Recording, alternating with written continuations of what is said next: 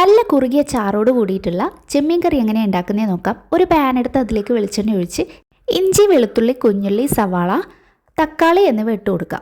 അത് നന്നായിട്ടൊന്ന് വഴറ്റിയതിന് ശേഷം ചൂടാറാനായിട്ട് മാറ്റി വെക്കുക. അതിനുശേഷം ജാറിലേക്ക് ഇട്ടിട്ട് ഇതുപോലെ ഒന്ന് അരച്ചെടുക്കുക.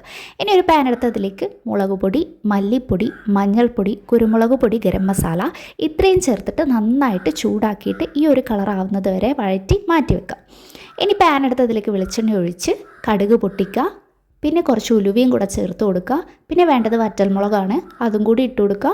പുളിവെള്ളം കൂടെ കുറച്ചായിട്ട് പിഴിഞ്ഞൊഴിച്ച് കൊടുക്കുക. പിന്നെ മാറ്റി വെച്ച ചെമ്മീൻ ഇതിലേക്ക് ചേർത്ത് ഇതിലേക്ക് പാകത്തിന് ഉപ്പും കൂടെ ഇട്ടിട്ട് ഒന്ന് മിക്സാക്കി എടുക്കുക.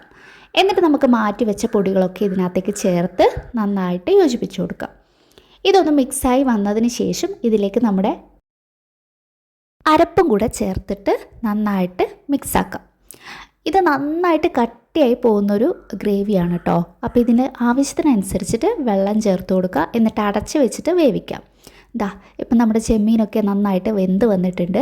ഇനി അവസാനമായിട്ട് ഇതിലേക്ക് പച്ചമുളകും കുറച്ച് പച്ച വെളിച്ചെണ്ണയും കൂടെ ചേർത്ത് കൊടുക്കുക.